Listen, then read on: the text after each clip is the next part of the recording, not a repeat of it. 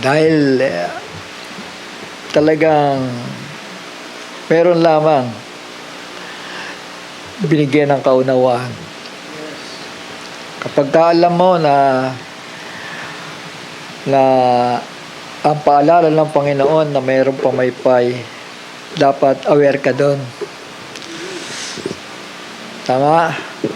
Dapat aware ka sa pamaypay para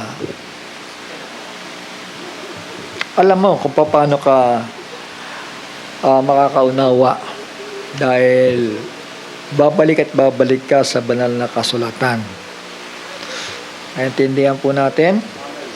Babalik at babalik sa salita ng Diyos, saan po? Sa Bible, dahil itong mga sinugo sa huling araw, hindi po sila mga writing apostle o writing prophet, kundi sila po ay nag-i-interpretar, binigyan ng kapahayagan para maintindihan mo po nila ang written word. So, ibig sabihin, pabalik lahat tayo sa written. Tama? Unless, dapat i-consider natin na merong written at merong unwritten. Kasi pagka malinaw sa atin to, lalo na kayo nasa end time, hindi kailangan tayo lumabas ng ng usapan dito sa mga denominational churches Kasi sabi ko nga, sa end time pa lang marami ng problema, Mas maigi pa nga sa mga fundamental churches hindi sila tumatakel, ng mga malalalim na bagay. Kasi yung malalalim na bagay lalo na't lihis. Ibig sabihin, sinasabayan lang nila yung tamang revelasyon, sinasabayan nila ng paglilihis, tama? Pero yung mga denominational churches, fundamental churches, hindi sila nagtatakel ng mga malalalim na bagay. Tama na sa kanilang kaligtasan, tama? Amen? Kasi ayaw na nila makigulo. Aminado rin sila na may limit ang kanilang unawa. Hindi sila nagpipilit sa progresong kapahayagan At sa kanila, mabuhay ka ng may kabanalan, maglingkod ka sa Panginoon, sa abot ng iyong makakayanan, at yun, mananalangin, at gumawa ng mabuti. So, ang gandun lang talaga di ba? Mas maigi pa yung mga ganon, mga kapatid, kasi yung nagpupumilit na nataasan pa ang pahayag na ipinahayag ng Panginoon sa kapanahonang ito, mga kapatid. Nasosobrahan tuloy, Ang labas mo niyan ay kaaway ka ng Panginoon. Tama? Kaya nga mahirap magpumilit sa ministry. Pag hindi sa'yo, manahimik ka. Yun po ang banal na kasulatan. Kapag wala kang kapahayagan patungkol sa isang bagay, makinig ka at sumunod ka sa pattern ng Panginoon, yung kanyang ginagawa, di ba? Una, I'll send you Elijah, the prophet, before the coming of the great and dreadful days of the Lord, for he shall turn the hearts of the father to the children, and the heart of children tayo yon to the hearts of our fathers. Doon tayo ibinabalik kapag alam natin ang sarili natin na ibinabalik po tayo doon, at yan ay sa pamamagitan ng huling mensahero, ito po ang restoration, pinipilit na wala daw restoration. Kaya lang nasasabi ng tao na walang restoration message kasi may pamaypay na humahalo. At kapag hindi nila nakarecognize yung pamaypay na yan, wala silang maiintindihan pagdating sa pagsasakdal ng Panginoon. Na ang pagsasakdal ay dala ng isang mensahero na siyang pamaypay din sa kamay ni Kristo. Tama? Naalala niyo yung message natin na nakaraan, di ba? Wala pong perfect message sa panahon ng Reformation. Kaya walang kailangan ibalik yan, kundi yung katotohanan na bahagyang sumibol sa panahon na yan, ano? At ayan ang trabaho ni Elijah, igagather lahat yan. So yung tanong na may restoration ba sa panahon ni William Marion Branham? Meron ya. Hindi ba kayo naliliwanagan dyan? Ba't kayo nagtatanong kung may restoration? Meron po. Kaya lang sinasabi nyo yan at naitatanong nyo yan na walang restoration. Dahil wala kayo naintindihan. Dahil pinagsama-sama nyo yung hangin at yung tamang katuruan. Kaya para sa inyo, walang restorasyon. Pero malinaw ang sinabi ng Panginoon sa kanyang mga alagad, Elijah will come and He will restore all things. Tama ba? Kasi matitigas lang naman ang ulo ang nagre-reject dyan eh. Si Kristo na po nagsasabi may restoration sa pamamagitan ni Elijah. At hindi bigla ang restorasyon yun. Unti-unti yun dahil may voices of thunders. Voices of thunders na nakahang.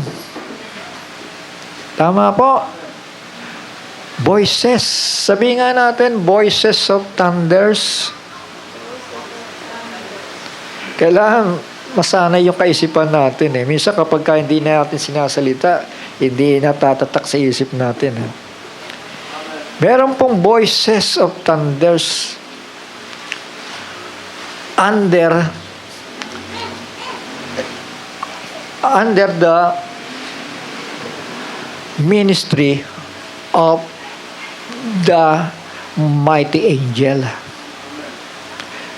At yung anghel na yon, not earthly, dahil patay na si William Marion Branham, so heavenly angel na bumababa doon. Maraming beses na sinabi ni Branham yan, mga kapatid. Hindi kayo talaga kayo makakaintindi ng perfection. Dahil pinagsama-sama ninyo ang hangin at dinadagdagan nyo pa yung hangin. Simple lang po ang mensahe. Makinig tayo sa mga ginagamit ng Panginoon kung lito ang iyong mga kaisipan. Ako nababasa ko kapag kalito ang kaisipan ng tao eh. Kasi kapag nagpaliwanag siya, buhol-buhol eh. Alam niyo ba yon? Dapat kayo mga anak na susundan ninyo ang mensahe. Tandaan ninyo, nabubuhay tayo sa huling panahon. We are living in the end time at ang mensahe sa end time ay perfection message. Malinaw, klaro, at walang buhol. Walang loophole. Dapat ganon. Dahil yung partial na ibinigay ng apostles and prophets na ginagamit sa huling araw na ito, partially, ang totoong fivefold ministry na sumabaybay sa totoong apostles and prophets, sila ang gagamitin for the perfection. Pero kung hindi tama ang nasundan, ay malamang talagang confusion dadalhin ang simbahan. Tandaan natin, meron lang dalawang uri na nag-aangkin sa ministry. Yung isang nagmamalasakit at yung isang nagmamarunong. Dalawang uri lang yan. At miserable tayo kapag ang sinundan natin ay yung nagmamarunong. Pero kapag nagmamalasakit sa kaluluwa, hindi niya kayo pababayaan na kanganga. Hindi niya pababayaan kayo'y walang nalalaman, kundi sa abot ng kanilang makakaya kung paano sila magsasalita at magpapaliwanag at ipapaabot sa inyo ang liwanag. Mga kapatid,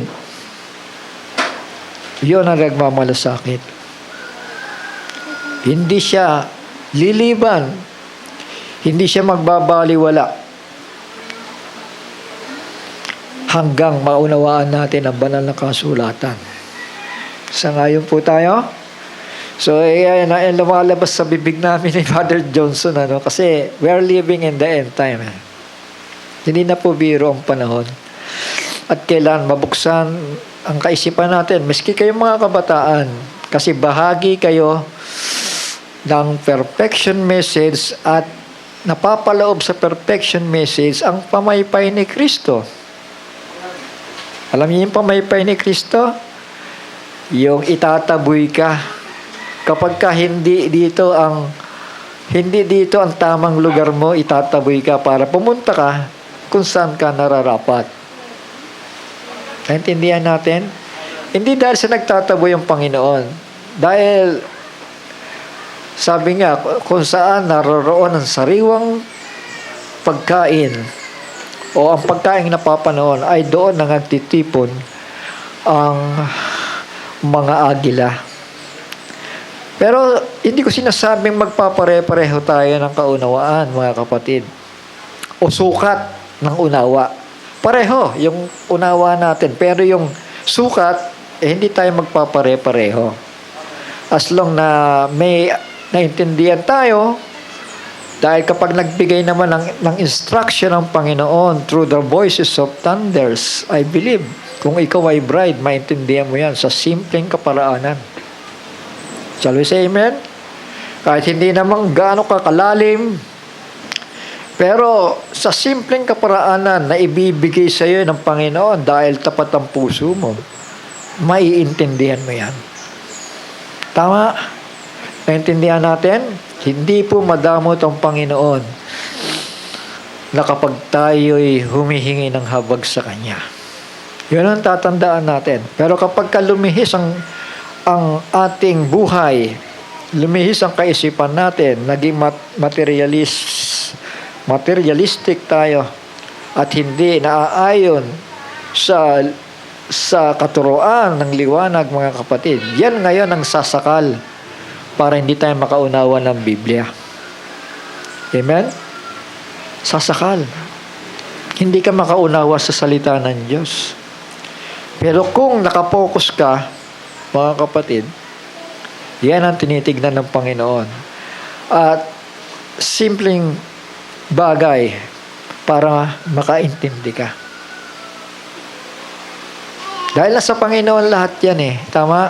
Hindi naman sa nagsasalita o sa nagpapaliwanag, kundi sa banal na Espiritu na kapag siya dumating sa buhay nyo, ay bubuksan ang inyong pag-uunawa. Magpapakita ng mga bagay sa inyo, ng mga bagay na darating. Amen? Maggagabay sa inyo sa lahat ng katotohanan. Yun, yung banal na Espiritu na yun. Yun ang kausapin nyo. Tama? Yun ang hingay nyo ng habag. Yun ang hingay nyo ng awa. Dahil kapag ginawa nyo yan, kung may mga bagay na hindi maitanim sa kaisipan mo, kapag yan ay nahabag, mga kapatid, bubuksan ka.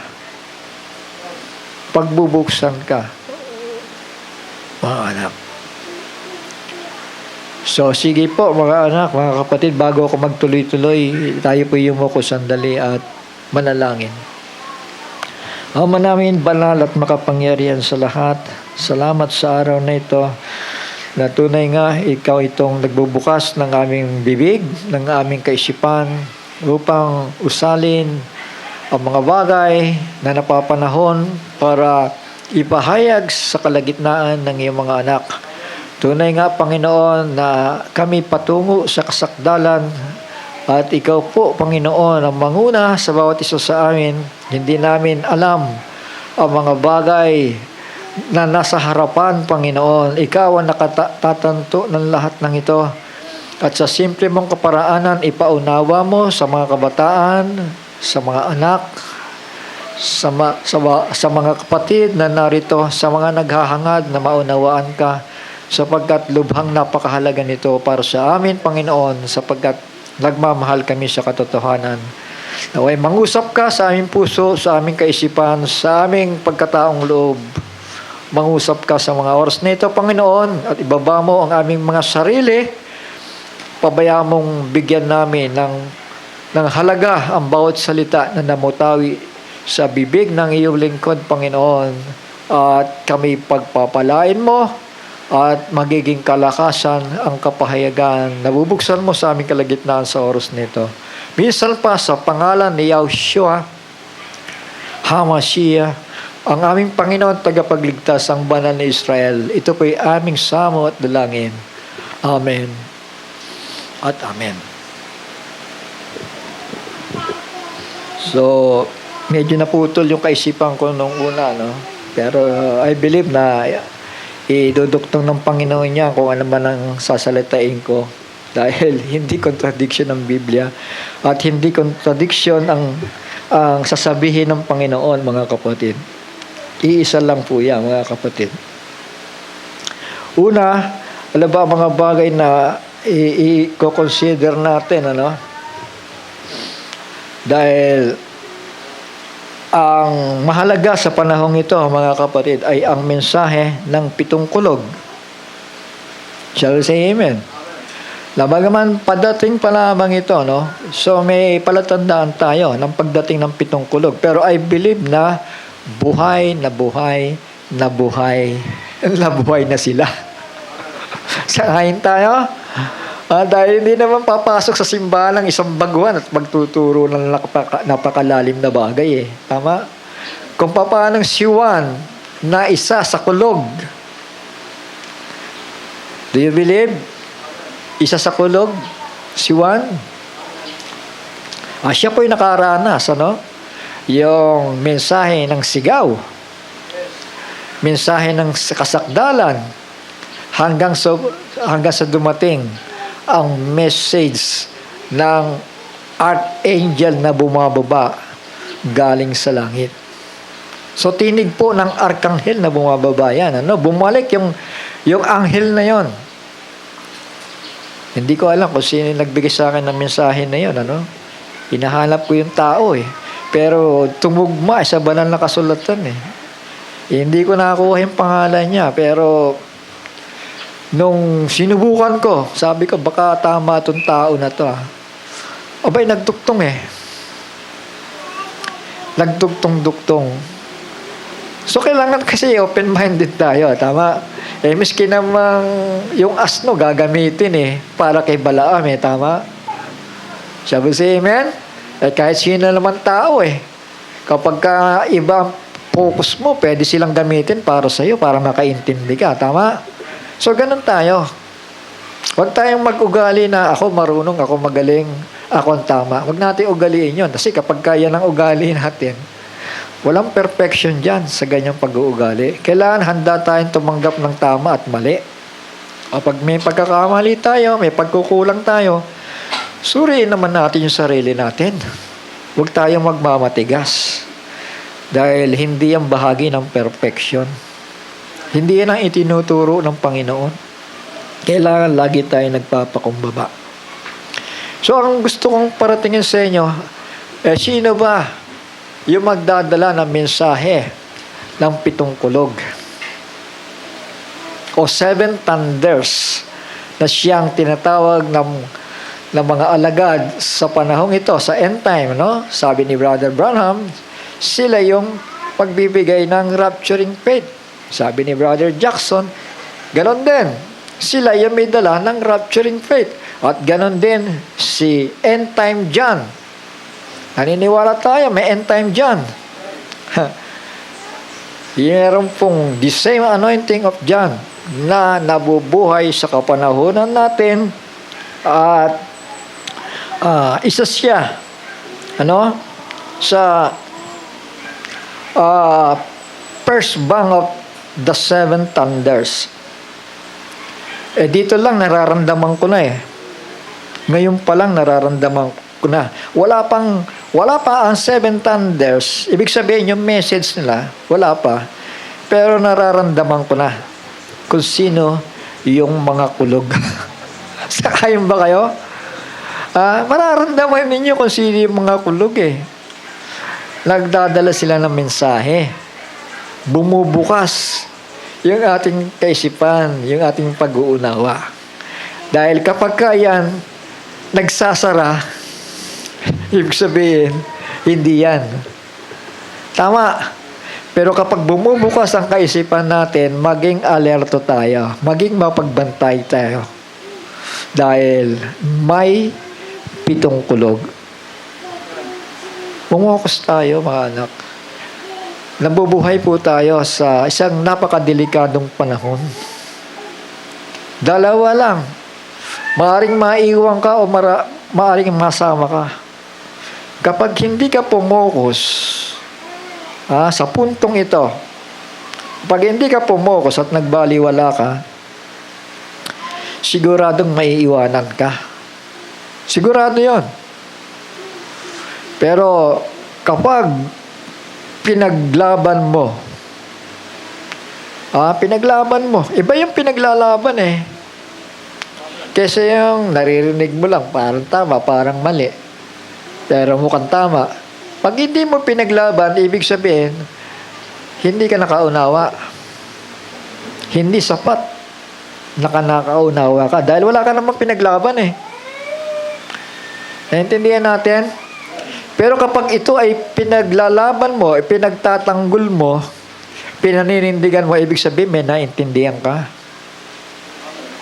Tama ba yun? Tama ba yung sinasabi ko o sa sarili ko lang to? Mga kapatid, contend for the faith which was once delivered unto the saints. Ipaglalaban natin yan. Dahil maraming mga bulaang lilitaw sa panahong ito. Meski yung mga pastor ng Police Virgins, may mga pastor ng Police Virgins, alam niyo ba yon? Iko-consider sila sa mga bulaan. Naintindihan natin?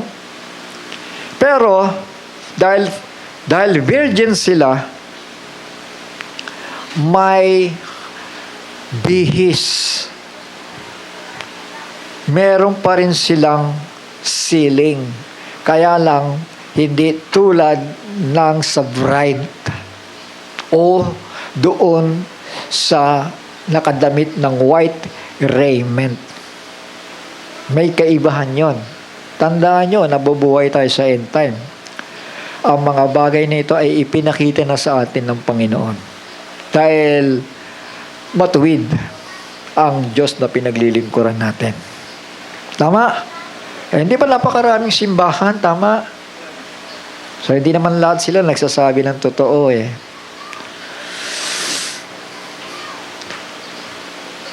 Meron lang talagang 5 opisina na gagamitin for perfection. Tama? Sila. Sila yung gagamitin. Ngayon, kung ang mga birhen ay mabigyan ng pagkakataon, ngayon yun, dahil kapag ka nagsara ang pintuan, mga kapatid, kakatok na lang sila. Shall we say amen? It's too late. Di ba? Kakatok na lang sila. Panginoon, pagbuksan mo kami. Kahit na isipin ng tao na matalino siya sa presenting panahon nito. Matalinong berhen ako, marami akong revelasyon. Hindi naman yan ang pagbabasihan ng Panginoon pagdating ng rapture eh. Alam niyo kung anong pagbabasihan? Nagbabantay ka ba? Di ba? Nagbantay ka ba? Yun ang tanong eh. Di ba? Nagbantay ka ba? Yun ang tanong. Hindi yung marami ka bang pahayag? Hindi ganun eh. Marami ka ba naintindihan? Ang tanong eh. Di ba? Ang sabi ng Panginoon, magbantay nga kayo. Birhin yung pinagsabihan. Tama?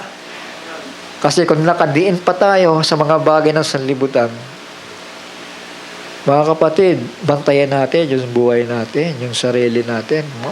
Masasayang eh. Sana, tinatawag tayo ng Panginoon, pahalagahan natin yung tinig niya. Pahalagahan natin yon. I-focus natin yung mga sarili natin. At kapag ginawa natin yan, mga kapatid, may awa ang Diyos. May awa ang Panginoon. Dahil nagmamahal tayo sa katotohanan. Then, simple lang ang pahayag. Hindi mahirap ang makaunawa. Ako, Para sa akin, yung mga nagsilihis, mga kapatid, sa simpleng kapahayagan, hindi kasalanan ng Panginoon yan, Kasalanan nila yan. Nag-imbento sila ng iba't ibang turo. Gusto nilang maiba, gusto nilang lumalim. Ang problema, kakahukay nila. Lalong nagsilihis. Simple lang. I-recognize mo ang apostles and prophets. Pag na-recognize mo yan, tapos na ang problema mo. Dahil ang kasunod na niyan, evangelists, pastors, and teachers. Solve na ang problema mo. Maglingkod ka sa Panginoon na may matiwasay na na buhay at kapayapaan. Bakit ko nasasabi to? Kasi naranasan ko Nang mamatay yung mga lingkod ng Panginoon, nagtanong ako, Lord, sino ba ang kasunod? Ganun lang naman ang simpleng tanong ko Di ba? Hindi ko naman sinabi, Lord, baka ako na. Kasi kapag gano'n, ang sagot mo, Lord, baka ako na. Pagpapalalo yan. Tama. Pero kung ang tanong mo, Lord, sino ba ang kasunod? Abay, di sasagutin ka ng Panginoon. Kung hindi ikaw, iba yon. Tama? At kung iba yon at hindi ikaw, magpasakop ka. Ganon kasimple yon. Tama? Pero kung ikaw, may palatandaan. May palatandaan. May papakita sa'yo. O kung ikaw man ay bahagi, may palatandaan pa rin. Tama? Walang labis, walang kulang. Ang dami ngayon sa end time. Masyadong malabis. Sinobrahan. Tama. Alam nyo, matuwa na tayo, maligtas tayo. Pero yung magmamarunong tayo sa salita ng Diyos, wag natin gagawin yan. Kung binuksan ang ating unawa at hindi tayo pinapatulog ng Panginoon, dahil may gusto siyang pasok sa ating kaisipan, gawin natin, makinig tayo sa Kanya. Pero kung hanggang doon lang yung sukat na pananampalataya na ibinigay sa atin, to avoid confusion in the body of Christ, manatili tayo sa pagkatawag na itinawag sa atin. Tama ba? Tama ba yun? Kung anong pagkatawag sa atin, alam niyo yan. Kayo nakakaalam yan, mga anak, mga kapatid. Ipapagamit niyo lang sa Panginoon ang buhay ninyo. Magpapagamit lang kayo sa Panginoon sa tamang kaparaanan. Huwag pababayaan ang pagtitipon ng mga banal. Yamang namamalas natin na ang panahon ay nalalapit na. So, ganun kasimple.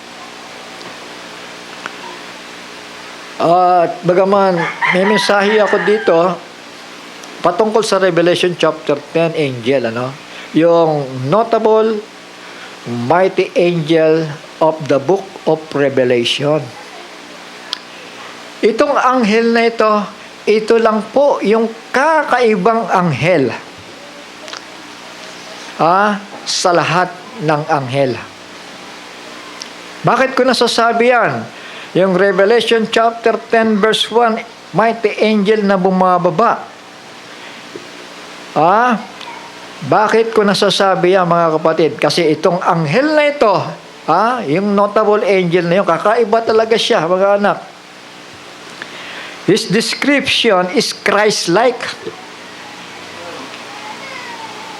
But it is an angel of the Lord. Christ-like. Ang ibig ko lang sabihin, yung anointing ng Panginoon ay sumasa Kanya.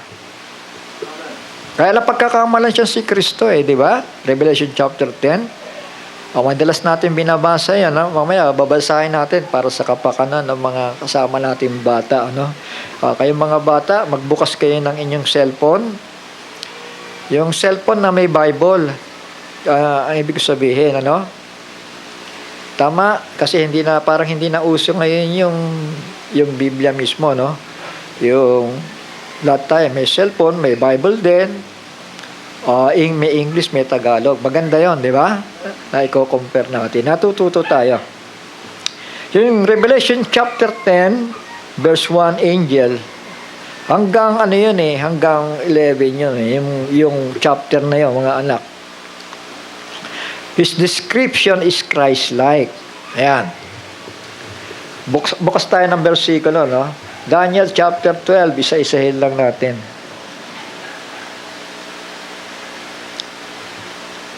Medyo bagalan ko lang, ano? Kasi talagang yung kaparaanan ko yata ay mabagal.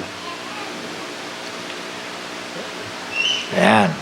Daniel chapter 12, verse 1. Verse 12, sorry. Ayan. And at that time shall Michael, ayan, bumangkit siya ng pangalan ng isang anghel, ano? Si Michael. Kilala niyo ba si Michael? Mga kabataan? Si Michael ay isang archangel. Ibig sabihin, mataas na anghel, malakas na anghel. So, yun.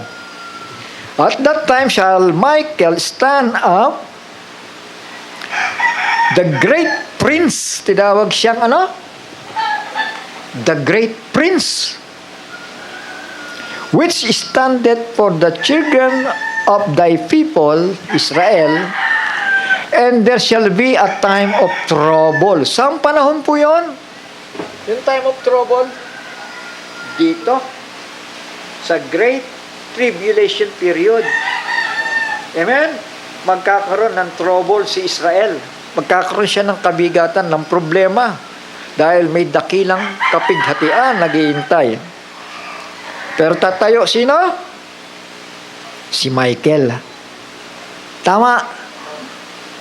Si Michael may kapangyarihang anghel at malakas na anghel.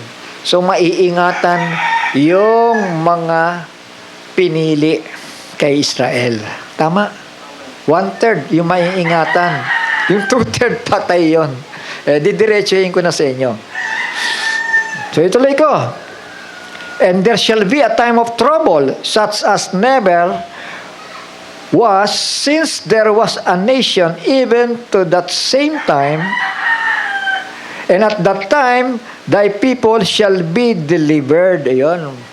Yung mga pinili ay maisasalba.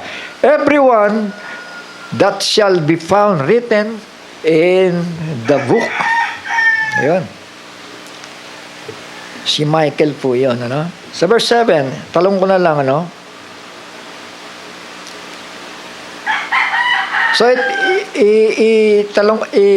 iduktong ko lang yung verse 2 para malaman ninyo na dito yun, ano? Sa panahong end time yan, ha? And many of them that sleep in the dust of the earth shall awake. Meron pong resurrection. Some to everlasting life and some to shame and everlasting contempt. Ibig sabihin, hindi sa panahon natin yan, kundi sa harapan. Tama? Maliwanag ba? Sa future, mangyayari yun. Si Michael ay tatayo. Yung Revelation chapter 10, angel, tatayo siya para ingatan si Israel, ipaglaban si Israel. So, yun. Sa verse 7, and I heard a man clothed in linen, which was upon the waters of the river, and when he held up his right hand and his left hand unto heaven, and swear by him that liveth forever. Sino yung liveth forever and ever? That is God. Tama? At yung anghel na ito, si Michael, sumumpa. Ano? And swear by him that liveth forever, that it shall be for a time, times, and half a time. 3.5 years. Dito yun. Dito mangyayari yun, ha? In the middle of 1 week. Tatandaan ninyong maigi, mga anak, mga kapatid. Time, times, and half a time. 3.5 years yon. Yung time, 1 taon yon, ha? Pag sinabing times, 2 taon. Half a time, kalahating taon. So, 3.5 years. Ha? Swear by him that liveth forever, that it shall be for a time, times, and half a time, when he shall have accomplished to scatter the power of the holy people, all these things shall be finished. So, sino po mag-i-scatter sa lahat ng banal na pili ng Panginoon Diyos? Ha? Ang kaaway, yung Antikristo. Ano?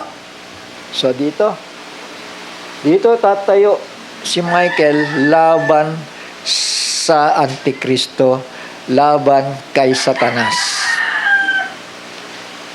So, ito pa. Para ipakita ko lang sa inyo kung sino ito mighty angel na ito. Ha?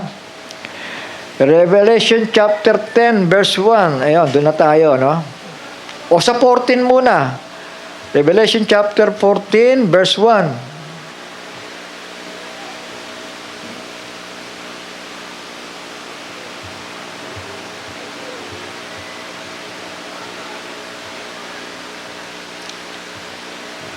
Ayan.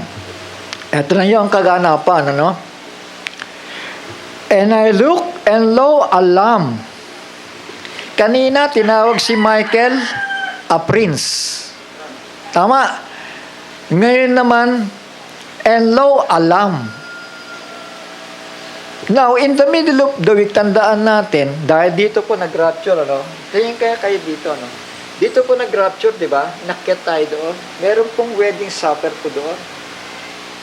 Tingin kayo dito para maintindihan nyo. Merong wedding supper of the Lamb. Ha?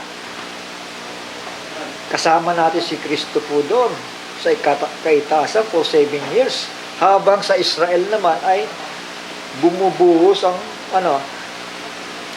pagpapala sa umpisa, pero up do sa 3.5 years naman bumubuhos ang kapighatian. At habang nandoon naman tayo, safe na safe tayo sa Panginoon. Naintindihan ba natin? Ha? Stood a lamb. So paano sabi dito, and I look and lo, a lamb stood on Mount Zion. Nasa Mount Zion siya eh. Hindi naman pwedeng si Kristo kasama ng bride at pagkatapos at the same time nasa Mount Zion siya.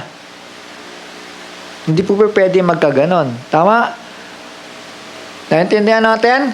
Dahil itong nasa Mount Zion, walang iba, ito yung kaganapan ng hula ni Daniel chapter 12. Nakababasa lang natin. Di ba?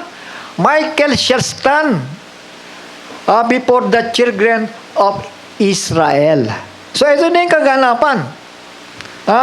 And I look, and lo, a lamb stood on Mount Zion, and with him 144,000. Ito na yung mga Hudyo na lalaki, having his father's name written in their forehead. So yan na po.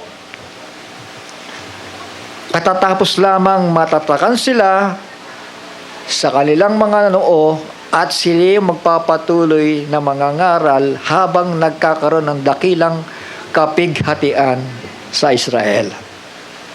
So, atras tayo ng konti. Revelation chapter 10. Makinig kayong mabuti, mga anak, kasi hindi nyo maiintindihan to. Ako'y nangangamba na baka pag lumalim tayo at hindi written, baka hindi tayo makaunawa pagka binaliwala natin itong mga bagay nito. Sikapin lang natin maitatax. Yun ang sinasabi ko eh. Kasi ganyan ang kaparaanan ko nung araw. Hindi ko talaga maintindihan nung araw. Umiiyak ako sa Panginoon. Hindi ko maintindihan ito, Panginoon. Kahit ano pang gawin ko, hindi ko maintindihan talaga. Pero sa awa ng Panginoon, dahil hindi ko talaga tinigilan ito, mga anak. Tulad ni Jacob, huwag natin pakakawala ng pagpapala. Kasi pag nirelease natin yan, surrender ako, Panginoon, maiwan ka sa rapture. Focus lang ang kailangan ng tao. Mga kapatid. Tingnan niyo itong mighty angel na ito, no? And I saw another mighty angel come down from heaven. So, anghel, singular angel, no? Bumababa galing sa langit. Tandaan natin, bumababa, Kasi dalawang klaseng anghel. May anghel sa lupa. Ibig sabihin, anghel na makalupa or earthly angel. Ibig sabihin, mga messenger yon, ano? Mga ngaral, ano? At meron din naman heavenly angel. Sino yung heavenly angel na yon? Galing sa langit yon. Bumababa sa lupa. Tama. At pagkatapos, mga ngaral sila doon sa mga earthly angel. Sila yung sasalo, yung earthly angel. Dahil ang ibig sabihin ng angel is messenger. Shall we say amen? Pag sinabing angel, messenger. Ngayon ano ang tanong? Heavenly angel ba o earthly angel? Tama. Dapat ma-recognize natin heavenly or earthly para makaintindi tayo. Shall we say amen? So ito, saan lang gagaling ito? I saw another mighty angel come down from heaven. Saan siya galing? Sa langit. Ibig sabihin, heavenly angel to. Shall we say amen? Tama ba? Gusto ko ipakita lang sa inyo, sige, na merong earthly angel. Tingnan nyo to, Revelation chapter 2. Dito na lamang po, mga anak.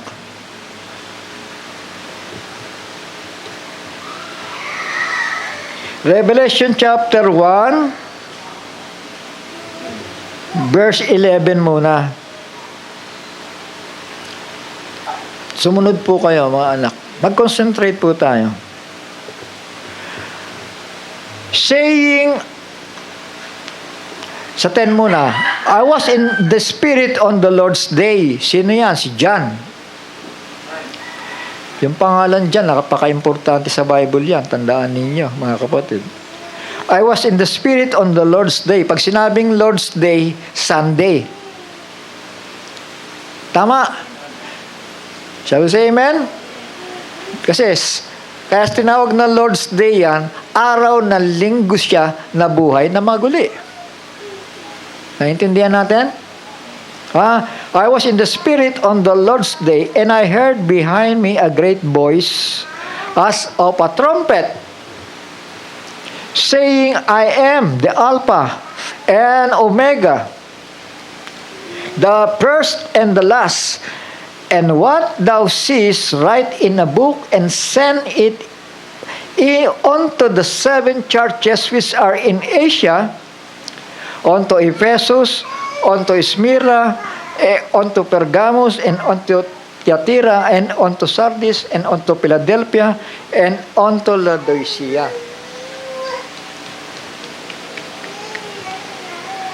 Ngayon, tandaan po natin, si Juan ang inutusan, tama? Ngayon, si Juan ba susulat? Nang sulat sa 7 iglesia at pagkatapos ibibigay niya doon sa anghel na galing sa langit. Ito na yung sulat, Naintindihan niya ibig ko sabihin? Susulat si Juan. Tapos, kanino niya ibibigay yon? Sa earthly angel, earthly messenger, o sa heavenly? Kanino niya ibibigay yung sulat? Sa earthly. Tama. Kasi ang purpose ng sulat niya para sulatan yung bawat mensahero o mangangaral sa bawat iglesia. Tama. Hindi si Juan susulat at pagkatapos niya may sumulat, saan na ba yung anghel? Angel. Ka, bumabaha ka dito, ito yung sulat, Baliktad yun. Mali yun, tama. Na ikaw, binibigyan ng pahayag ng anghel, ay susulatan mo yung anghel. Para yung anghel ang mangangaral, hindi ikaw. Naintindihan natin? So dito, sabi dito, nagsabi, ang iyong nakikita ay isulat mo sa isang aklat at iyong ipadala sa 7 iglesia. So you see, papadala saan? Sa iglesia. Sa Ephesus, sa Smyrna, sa Pergamo, sa Thyatira, sa Sardis, sa Philadelphia at sa Laodicea. Ibig sabihin, yung mga bantay doon, yung mga nangangalaga doon, yung pastor doon ibibigay yung sulat. Shall we say amen? Ha?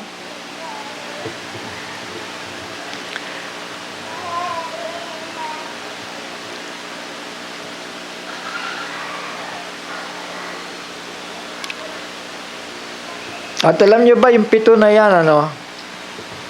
At akyat tayo.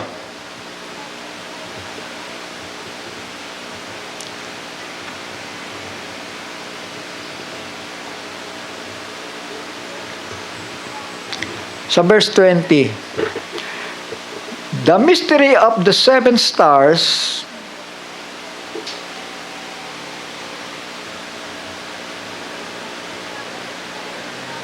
dito muna tayo, no? Dahan-dahanin natin. Binasa natin yung 11, ano? Merong pagbibigyan ng mensahe sa bawat churches. At yung bawat churches na yan, may nangangasiwa. Whether apostol o anuman sa kanyang pagkatawag. Dito sa Revelation chapter 1 verse 20. Sabi po dito, the mystery of the 7 stars which thou sawest in my right hand, and the 7 golden candlesticks, the 7 stars are the angels of the 7 churches. And the 7 candlesticks which thou sawest are the 7 churches. Ang hiwaga ng 7 bituin na iyong nakikita sa aking kamay, may symbolical meaning yan, ano? Sa aking kanang kamay, at ng 7 kandelerong ginto, ang 7 bituin ay ang anghel ng 7 iglesia, at ang 7 kandelero ay ang 7 iglesia. Anghel ng 7 iglesia at ang 7 kandelero ay ang 7 iglesia. So yung 7 stars na yan, mga kapatid, are 7 angels. Tama ba? Naintindihan natin? Nasundan ba natin? So, ito bang padadalhan ng sulat? Heavenly angel o earthly angel? Earthly. Tama. Yan nga yung sulat eh. Sinulat na nga niya yung sa Smyrna, sa Thyatira, sa Philadelphia, sa Laodicea. Yun na nga yung sulat na yan eh. Pinadala na nga eh. Tama. Hindi naman literal na anghel yun na bababa, mahihintayin niya, tapos bibigay, saka palang ibibigay. Hindi po. Yung sulat na isinulat ni Juan, para yun doon sa mga bantay sa iglesia sa panahon na yon. Tama? Amen? So, earthly and heavenly. So, i-consider lang natin yun para maging malinaw sa atin ang lahat. Kasi, ito nakita namin ni Brother Johnson sa end time. Kasi, maski yung heavenly angel, ginawa nilang si Brother Branham in Revelation chapter 10, verse 1. Bumababa nga yan, galing sa langit Gumising naman kayo. Hindi yan yung Revelation 10, hindi, yung 10:7, patay na si Brother Branham yan. At hindi na siya ang magke-carry ng message of the mighty angel. Ngayon, ano ba ang mensahe ng mighty angel na ito? Ang mensahe niya ay mensahe ng 7 thunders. Susundan ba natin, mga anak? Isa-isayin natin ulit. And I saw another mighty angel come down from heaven. So, hindi si Brother Branham yan. Tama.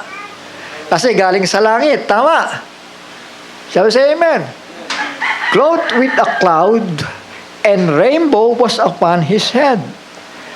And his face was as it were the sun, and his feet as pillars of fire. Description ng ating Panginoong Jesucristo, pero isa siyang anghel. Tama? Messenger. Inutusan ng Panginoon, o sa madaling sabi, anghel ito ng ating Panginoong Jesucristo. Tama? Na tinawag Lamb, na tinawag, ano pa? Prince, na tinawag Mighty Angel. Yun yung anghel na yan. Makapangyarihang anghel.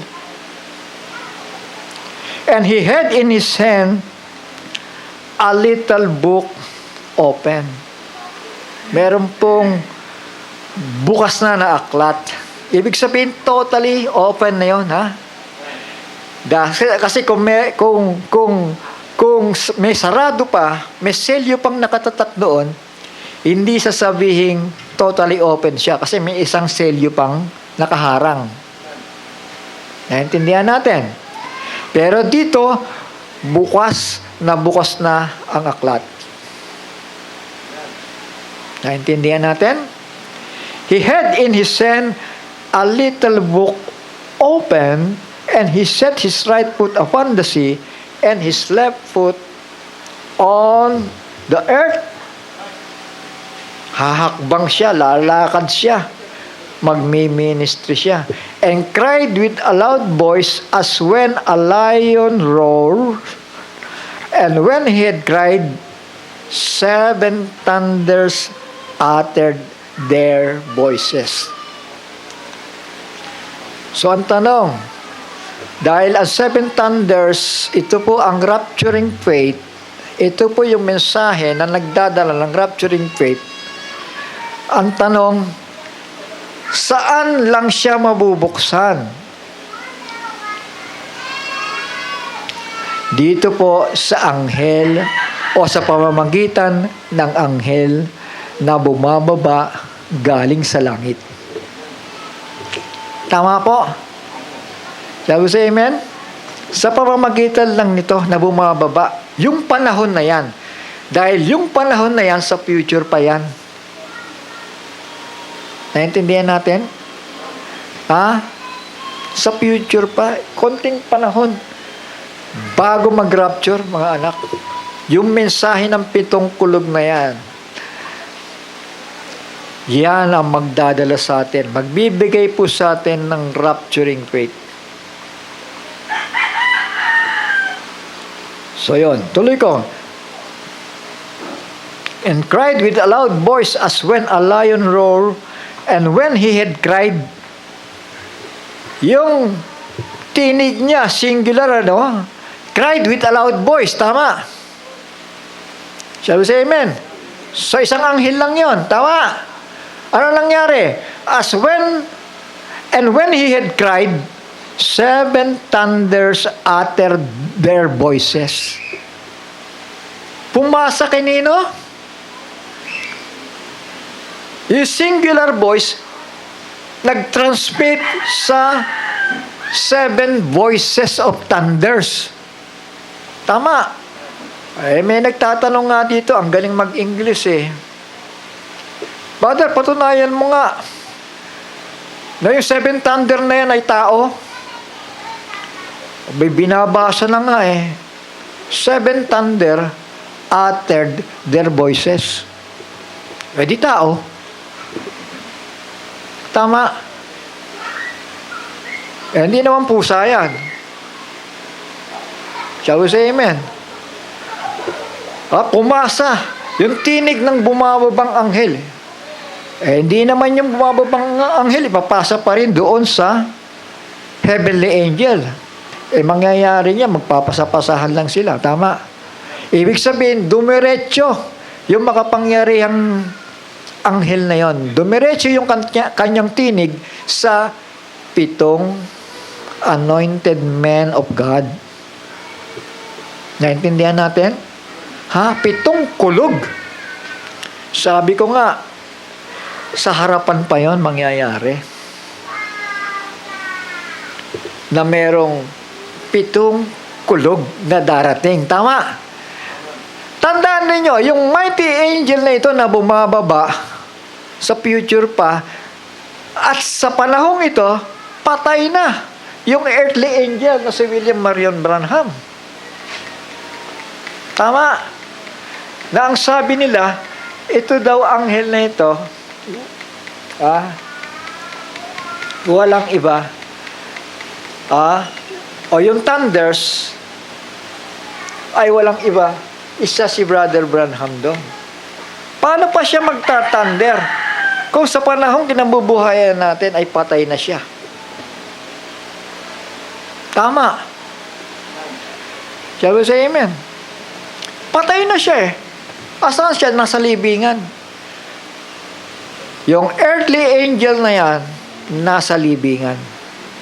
Kaya ang iniintay nating anghel na bababa ay yung heavenly angel para ilipat yung kanyang mensahe sa 7 tao. Tama? Shall we say amen? At ang sabi nila, itong problema kasing malaki sa end time eh. Ang sabi kasi ng mga nagsasabing end time believer daw, ang sabi nila, ang 7 thunders daw ay si Pablo, si Irenaeus, si Martin, si Columba, si Luther, si Wesley, at si William Marion Branham. Sila daw yung 7 thunders. Mga kapatid, posible ba yon? Puro patay na yan eh. Tama ba? Paano pa mag-aatin yung mga patay? Samantalang, ang Revelation chapter 10, mangyayari pa lang ang kanyang pagbaba. Hindi pa po siya bumababa. Kasi pag bumaba na yan, mga kapatid, 6 months before the rapture. Tama. Ngayon pa lang nasaan na yung mga mensaherong ito? Nasa libingan. Paano pa magsasalita yan? Paano pa ililipat ng anghel yung kanyang mensahe? Patay na ito Intindihan natin? Brother Francis, baka nakikinig ka. Banggitin ko na mga pangalan nyo. Dahil napakasama ng mga paglabag ninyo sa kasulatan. Paano mo mapapagmimisahe yung mga patay na?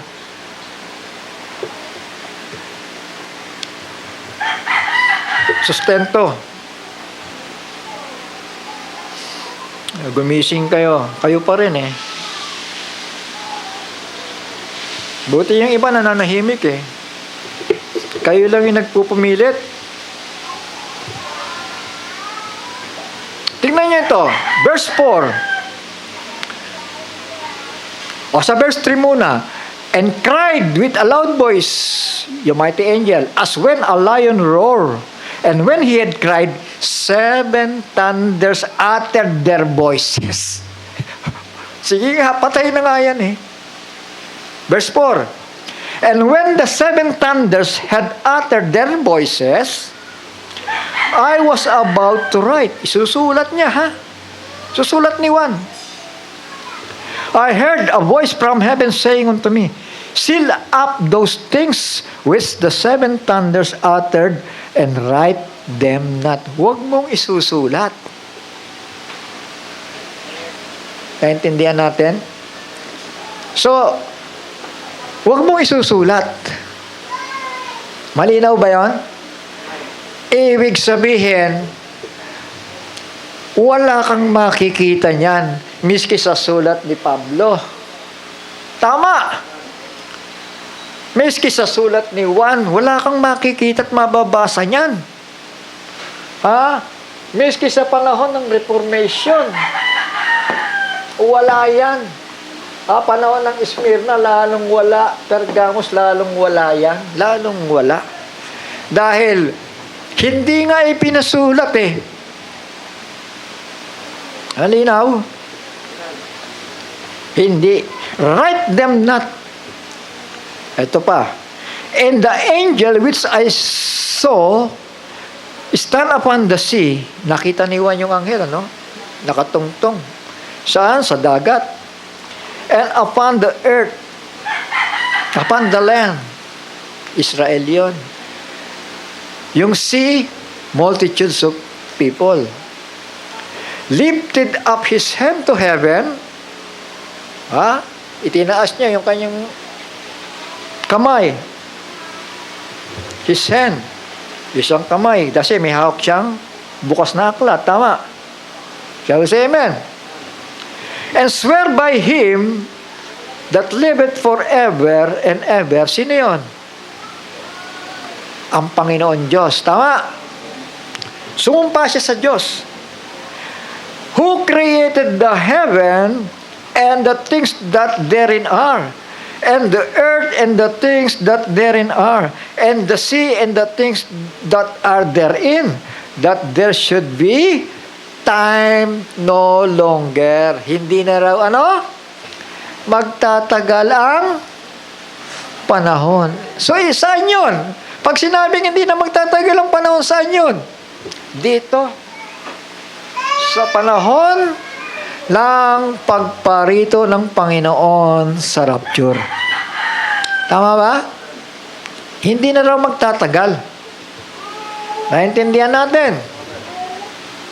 Hindi na magtatagal.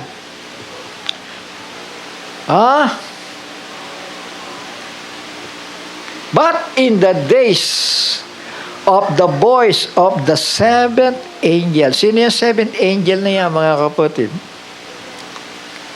Walang iba kung hindi yung anghel sa verse 1 na bumababa. Dahil, kaya nagkaroon ng kalituhan sa end time. Alam nyo, dalawa ang application nitong Revelation 10:7 eh. Dahil yung anghel na yan, yan din yung anghel ni William Marion Branham na patay na nga ngayon. Tama. Ang tanong, si William Marion Branham ba may voice? Meron. Meron siyang sigaw. Tama. Yung mensahe sa huling mga araw nito, pero patay na siya, mga kapatid. Nang bumababa yung makapangyarihang anghel, na siya ding anghel sa ikapito. Sa ikapitong kapanahunan. The same angel yan na bumababa. Bumalik nga eh. Hindi ko na makilala kung sino yung tao na yan. Bumalik yung anghel. Sabi sa akin. Tinignan ko. Abay, totoo. Bumalik yung anghel. Yung anghel ni William Marion Branham. Naintindihan natin? Kasi yung namatay na yung pinahiran niya eh. Tama ba? Patay na. Yung seventh messenger. Earthly. Iklaro natin yun. Earthly. Patay na. Kaya ngayon bumababa dito sa verse 1, I saw another mighty angel come down from heaven. Earthly ba yan? Abay, wala namang taong lumilipad pa eh. Tama. Shall we say amen? Ibig sabihin, ito pa rin yung anghel ni William Marion Branham na tinawag ding seventh angel sa panahon na yan on church ages. Tama. Yung pumahid, sa madaling sabi, kay William Marion Branham na siyang earthly seventh messenger. Earthly, earthly. Dito sa verse 7, but in the days of the voice of the seventh angel, you see, referring kanino? Voice of the seventh angel. Sino yon? Yung bumababa. Na siya ring pumahid kay William Marion Branham. Tama. Kasi yung tinig niya sa nakaraan, Sa kanya rin galing yun eh. Tama. At siya rin ngayon na siyang bumababa dito. Tama. Naintindihan natin? But in the days of the voice of the seventh angel, when he shall begin to sound, muli siyang mag-aater eh. Ha? The mystery of God, ano ba ang mystery of God? Grace to the Gentiles. Ha? Should be finished. So, doon lang matatapos. Shall we say amen? Kapag bumaba na yung anghel. Tama. Ang problema, pag hindi nila na-recognize siya, mga kapatid, na itong anghel na ito, mga kapatid, ay babalik. At yung anghel na yan, ay walang iba kundi si William Marion Branham. Mamamali ngayon sila, mga kapatid. Kasi, patay na si William Marion Branham, ang grace to the Gentiles ay nagpapatuloy pa. Shall we say amen? Kaya nga sabi dito when he shall begin to sound the mystery of God. What is the mystery of God? The grace to the Gentiles should be finished. Ang tagal ng patay ni William Marion Branham, 1965 pa di ibig sabihin, 1965, tapos na. Tama. Ha? Kung siya yung angel na bumababa. Tama. Tapos na. Wala nang pangangaral dapat. Naintindihan ba natin? Ha? In the days of the voice of the seventh angel, when he shall begin to sound, the mystery of God or the grace to the Gentiles should be finished. So dito pa lamang, mga kapatid, sa pagbaba ng anghel na yan, doon lamang matatapos ang biyaya sa mga hintil. Ibig sabihin, kailangan pang ipangaral ngayon. Kasi hindi pa naman natapos ang mensahe nung sabi na ang mga hintil ay kasama sa biyaya ni Kristo. Amen? So kaya naging misteryo sa kanila yon. Yung mga propeta. Kaya pansinin ninyo, sa mga propeta lang ito naging o ipinahayag. Bakit hindi binanggit yan yung apostles? Dahil sa New Testament, may apostol na. Tama? Shall we say amen? At ang bagay na ito, na ang mga hintil ay kasama sa biyaya ni Kristo, hindi na po ito misteryo. Naintindihan natin? Shall we say amen?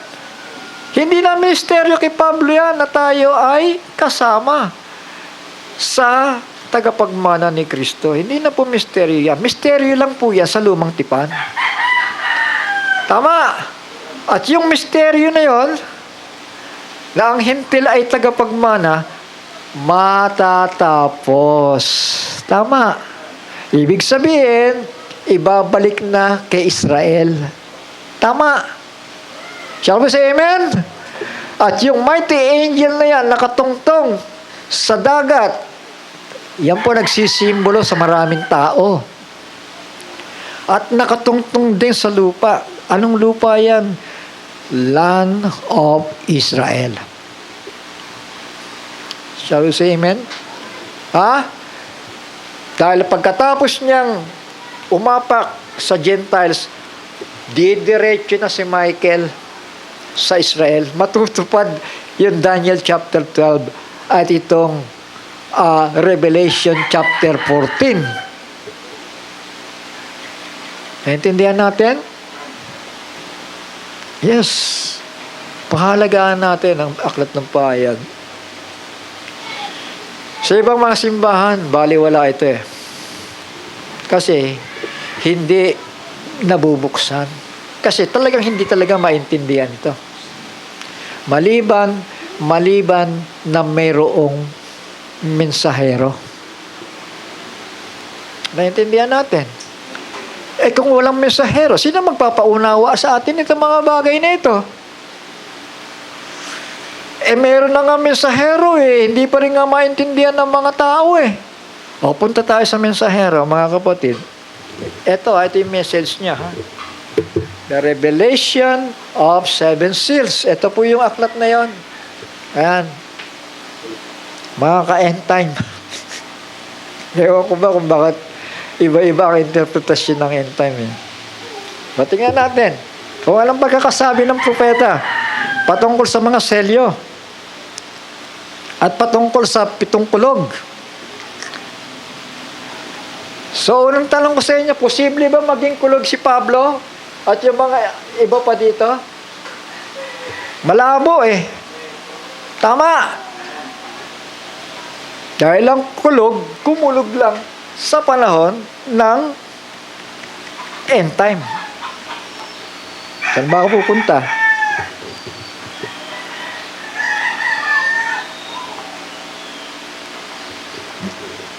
Hindi ko malaman kung saan ako pupunta. Mga kapatid, sige, puntahan natin yung propeta, no? Ito. 366. Is this the sign of the end, sir? Ayan, ang mensahe. Sabi po dito ng propeta, William Marion Branham. Pwede ba yun? Kenneth? Tignan ko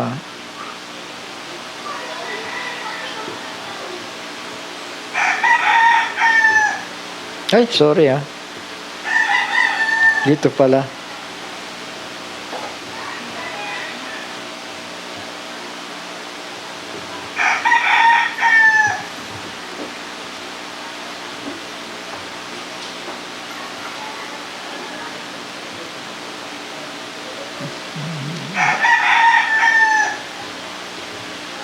Sandali po.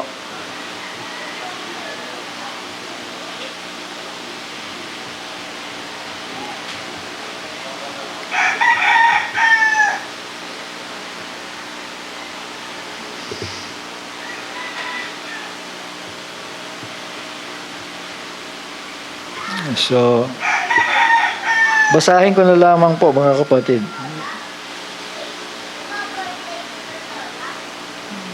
Hindi ko naihanda, no? Basahin ko na lamang po.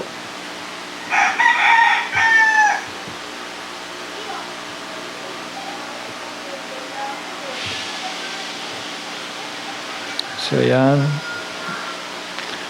Naka-record na ba, Kenneth? Bukas na to. Is this the sign of the end, sir? Now listen. This angel, quote po ito Now listen, this angel come down from heaven. See?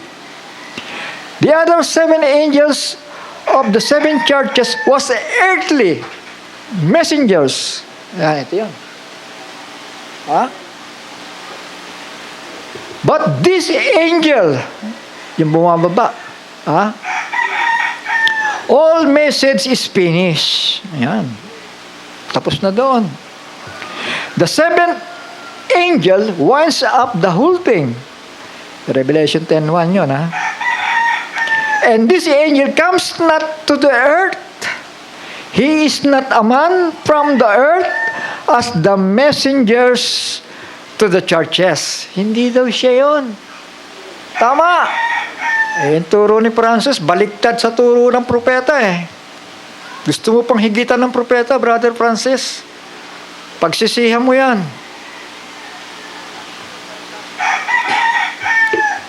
He is not a man from the earth as the messengers to the church ages.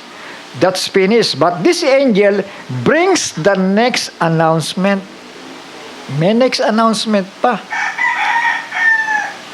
And an angel means a messenger. And he comes down from heaven, clothed in that pillar of fire, cloud with a rainbow over his head. And rainbow is a covenant. It was Christ. That's the anointing of Christ. With one foot on the land and one on the sea, and swore that time will be no more. So doon lang matatapos. Where are we at, sirs? What's all this about? I'm asking you. 367. The other angels was messenger, men of the earth. But this angel, this that said to the angel of the church of Laodicea, to the church of Ephesus, messengers of the earth. See? Men, messengers, prophets, and so forth to the church. But this one, referring to Revelation 10:1, ano? But this one did not come from the earth. He come down from heaven because the mystery is all finished. Doon lang pala matatapos ang lahat ng misteryo Tama! Shall we say amen? Amen. And when the mystery is finished, the angel said, time shall be no more. And the seven thunders throwed their voices out. So doon lang magti-trigger ang seven thunders. Tama. Through that Revelation chapter 10, yung notable angel na binabanggit ko kanina. Tama. Yung ang description niya is Christ-like. Tama. Amen. Yun ang description niya, mga kapatid. Ito pa. Is this the sign of the end, sir? Yung pa rin, ano? Sa 256. That's some of the mysteries that this angel is supposed to wind up. All the mysteries of God. Binanggit niya, mystery, tapos sabi niya, all the mysteries. So, ibig sabihin, may hati yun. Tama? Shall we say amen?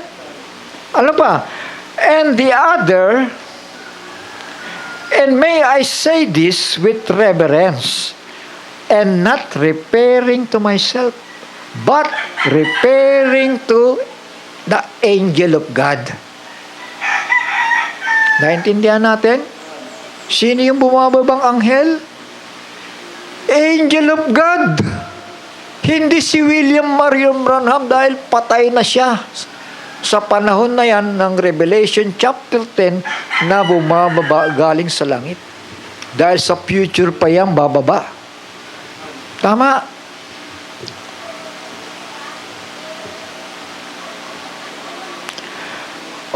The seventh seal, 391. The seven thunders in heaven will unfold this mystery. Yung mystery ng seven seals, mga kapatid. Yan magbibigay sa atin ng rapturing faith. Saan daw mabubuksan to? Through the seven thunders. Tama. Shall we say amen? Yan ginawa nila, mga thunder daw ito Si Pablo, thunder daw. Si Irenaeus, thunder daw. Si Martin, thunder daw. Si Columba, thunder daw. Si Luther, thunder daw. Si Wesley, thunder daw. Si William Marion Branham, thunder daw. Hindi nga nila alam ang misteryo dito sa thunder Tama. Naintindihan natin? Ano sabi? Yung seventh messenger? And the seven thunders in heaven will unfold this mystery. Abay, manggagaling pala sa heaven. It will be right at the coming of Christ, because Christ said no one knew when He would return. Wala nga nakakaalam Tama. Pero kapag sinugo na yan, mga kapatid, that's the time. Sa 393, but there'll be a seven voices of these thunders. There'll be. Panahon niya yan, there'll be. Ibig sabihin, there will be, magkakaroon pa lamang. Tama? Tama ba ako? Hindi naman ako sanay mag-English, pero itong simpleng English lang naman ito eh. Tama ba? Ha? Ha? There will be a 7 voices of these thunders that will reveal the great mystery at that time. Sa future yun. Ha? So I believe, to us who, if we don't know it, and if it won't be known till that time, hindi pa nga alam hanggang sa panahon na yun But it will be revealed in that day, in the hour that it's supposed to be revealed in. So wala pang ang thunders Tama ba? Sige, ituloy nyo yan. Ito ang hahahatol sa inyo. Ang magbabawas ng aklat ng Book of Revelation, babawasin sa aklat ng buhay. At sino man magdagdag, tandaan nyo to, dadagdagan ang salot. Matakot kayo sa Diyos. Matakot kayo sa Panginoon.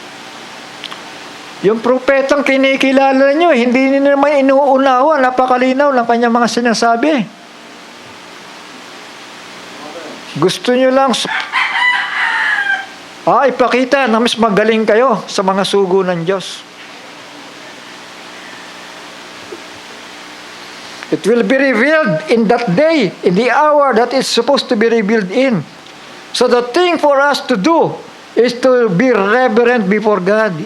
Magpakumbaba kayo. Hindi yung mas marunong pa kayo sa mga propeta at apostol. Serve Him and do all that we know how to do. Tama itong payo ni William Marion Branham And live a good Christian lives. Here now, we find that the 6th seal has been opened to us. We see it and we know that this 7th seal cannot be brought to the public until that hour arrive. Darating pa lamang yung panahon na yun. Huwag kayo magmadali. Si Pablo, hindi thunder. Si Irenaeus, hindi thunder. Si Martin, si Columba, si Luther, si Wesley, si William Marion Branham na nangungusap ngayon. Sinasabi niya, hindi siya thunder. O isa sa thunders. Di ba ninyo naunawaan yan?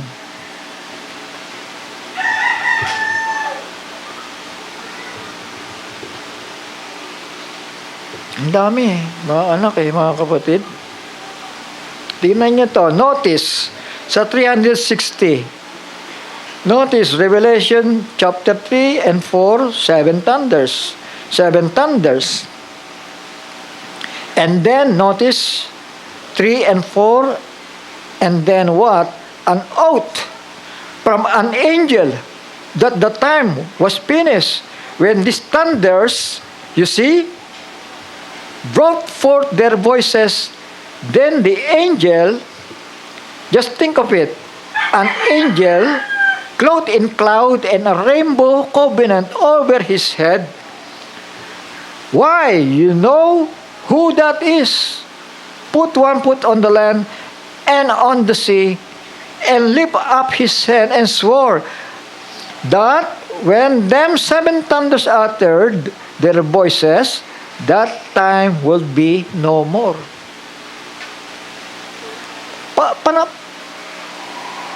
Panapos ito Tama. Ang kulog ay panapos.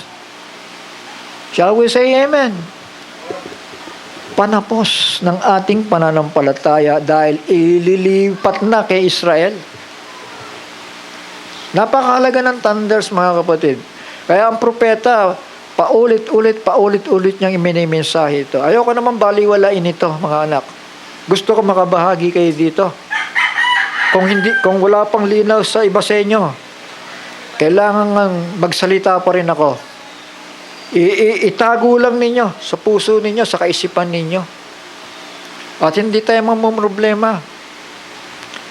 Dahil meron na tayong nakikitang isa sa mga kulog. Alam niyo ba yon? Sino yan?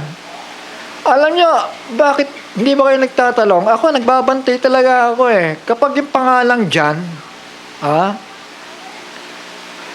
isa yan sa thunder eh. Naniwala ba kayo? Bakit ang dami nating John dito? Ay, tignan nyo tignan nyo yung Biblia. Baka sabihin nyo, tsamba lang ito. Tignan nyo yung Biblia.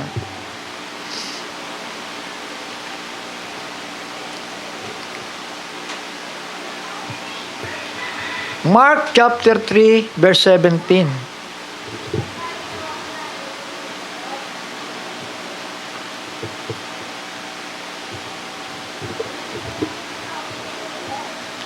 Ito, pinalitan yung mga pangalan Sa 16 muna.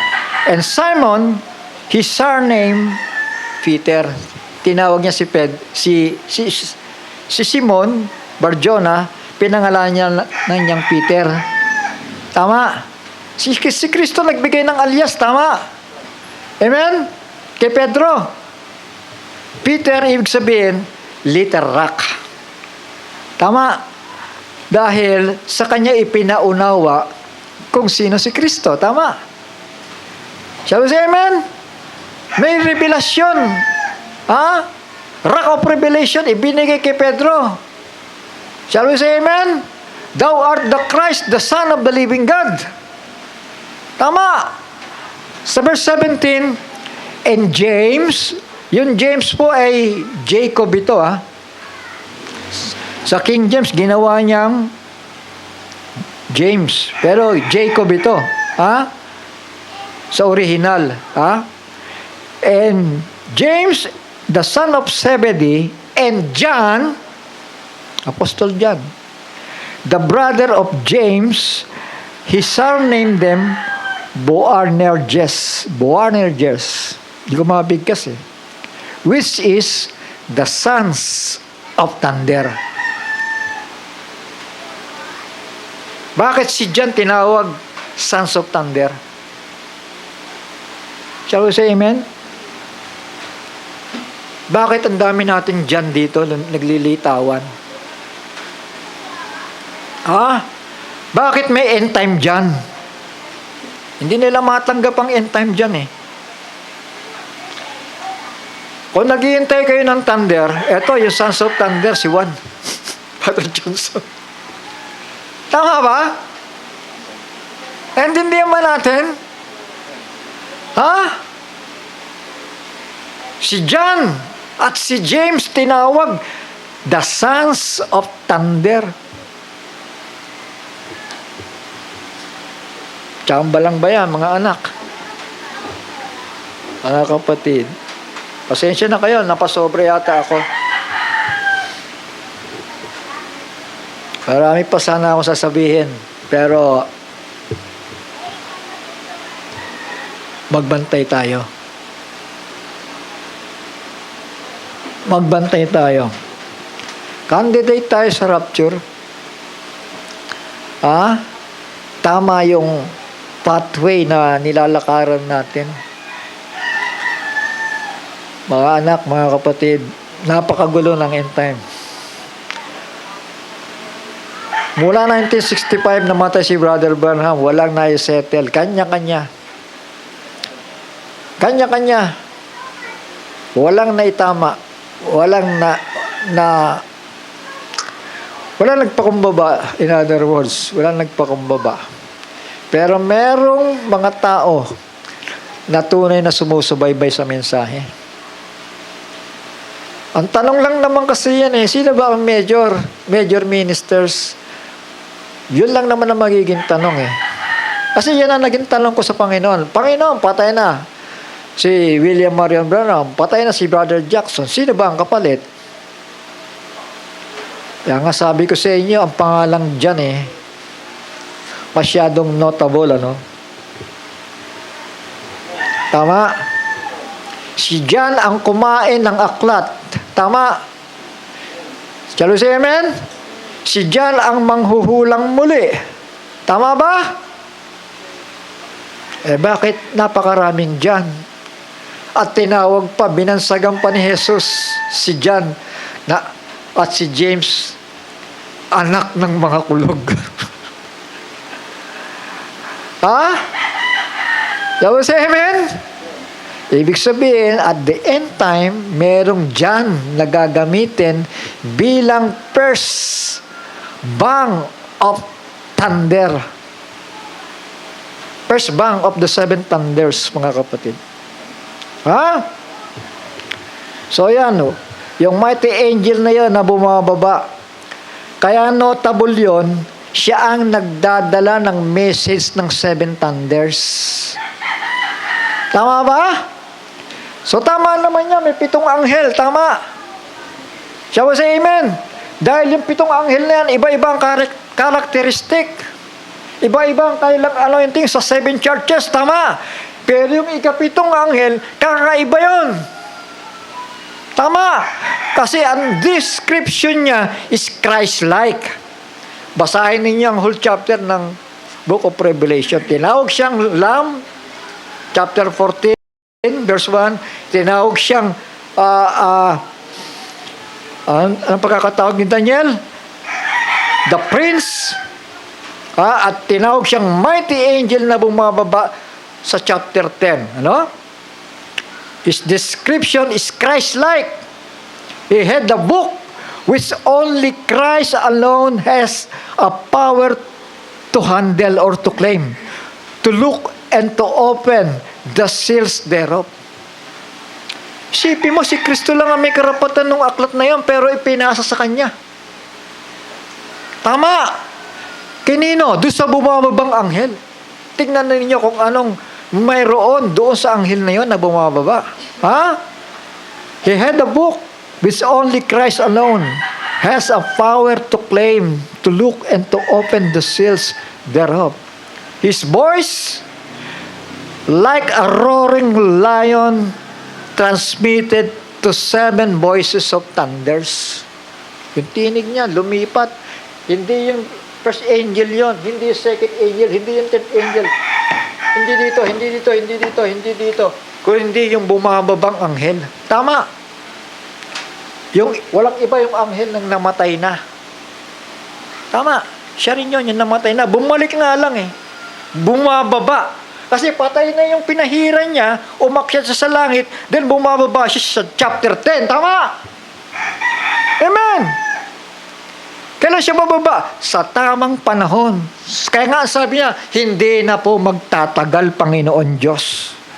Tama. Shall we say amen? Pero hindi niya sinabi dito na hindi na magtatagal, kundi ipinapangaral pa dito. Pero nung sinabi niya hindi na magtatagal, yun yung kanyang pagbabalik. Tama po. Through the voices of the thunders. The voice he uttered was not permitted to write. Hindi rin nakasulat, Brother Francis. Lito. Their voice he uttered was not permitted to write. The 7 voices of thunders will give the interpretation. So wala pang interpretation. Ibig sabihin, wala pa ang 7 thunders. Tama.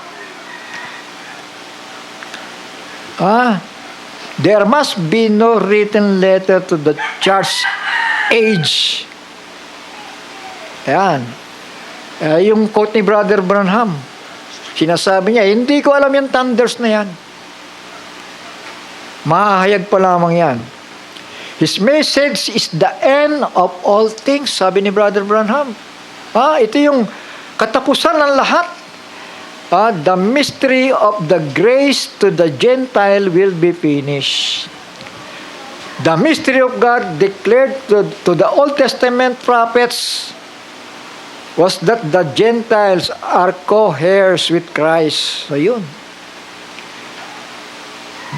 There are heavenly angels and earthly angels. Nabanggit ko na ito kanina. There are also heavenly thunders and earthly thunders. Tama. Kasi ang tinig ng mga anghel ay parang kulog. Tama. Pero kakaiba ang tinig na ito. Dahil ito ay very notable angel. Katulad ng tinig ni Kristo. Tama. Shall we say amen? Ay, ibang-iba yung ikapitong anghel na yan. Doon sa mga naunang anghel ng iglesia. Tama? Shall we say amen? Ibang-iba yan. Kaya pagkamatay ng mensahero, bumalik siya sa presence ng Ama. Muling bumalik sa chapter 10 at nang mag-ater ang kanyang tinig, bukas na po yung aklat. Ha? Yung 7 seals, bukas na. Tama ba? Kasi kung may naiwan pang selyo, kung natatatakan pa, hindi siya makakapangusap. Tama? So, bukas na. Nung bumaba siya. Tama? Shall we say amen? At may 7 kulog na nag-ater po doon. Sumigaw para imensahe ang nilalaman ng 7th seal. Yung huling selyo. Sabi ni Brother Branham, 6 pa lang mga bukas. Yung isa, naka-ready pa lang. Nakahanda pa lang. Tama? Itong mga end timer nito, pilit binubuksan yung sarado Hala ka ba mga follower kayo ni William Marion Branham? Pagsisihan nyo yan. Mahiya kayo sa sarili nyo.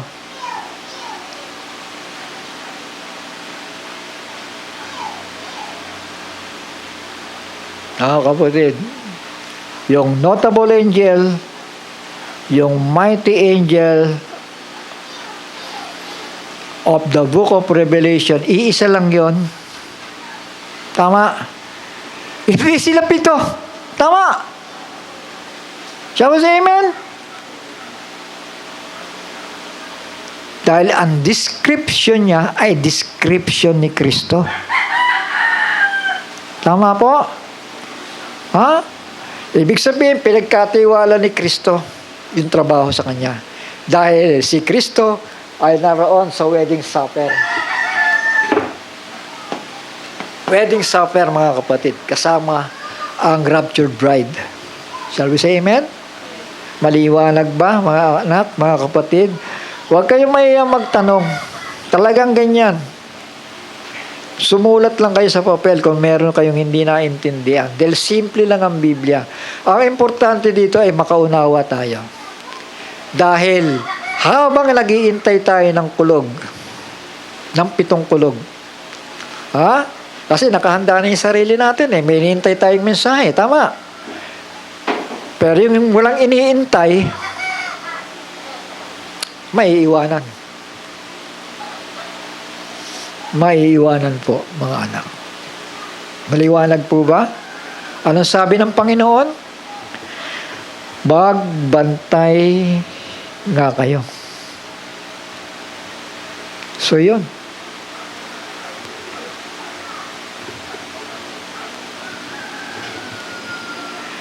Mark chapter 13, verse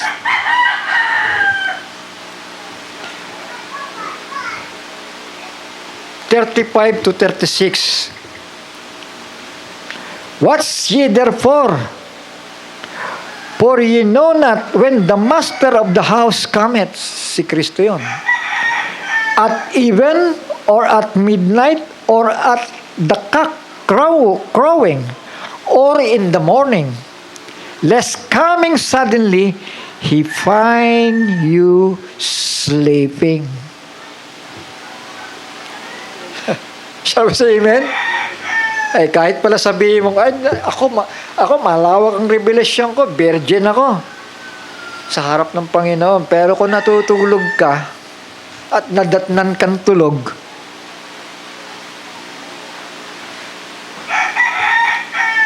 ano sabi?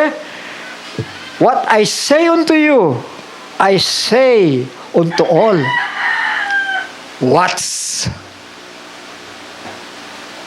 Amen? I say unto all.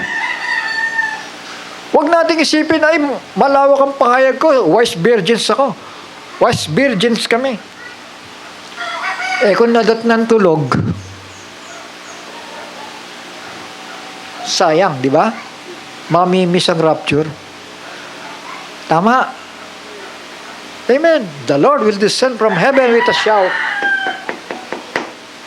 with the voice of archangel, Revelation chapter 10. And with the trumpet of God. Yan na, yung pagbangon ng mga patay at pagpapalit ng katawan natin. Malinaw? Purihin ang Panginoon. I hope na malinaw ang mga bagay nito, mga anak.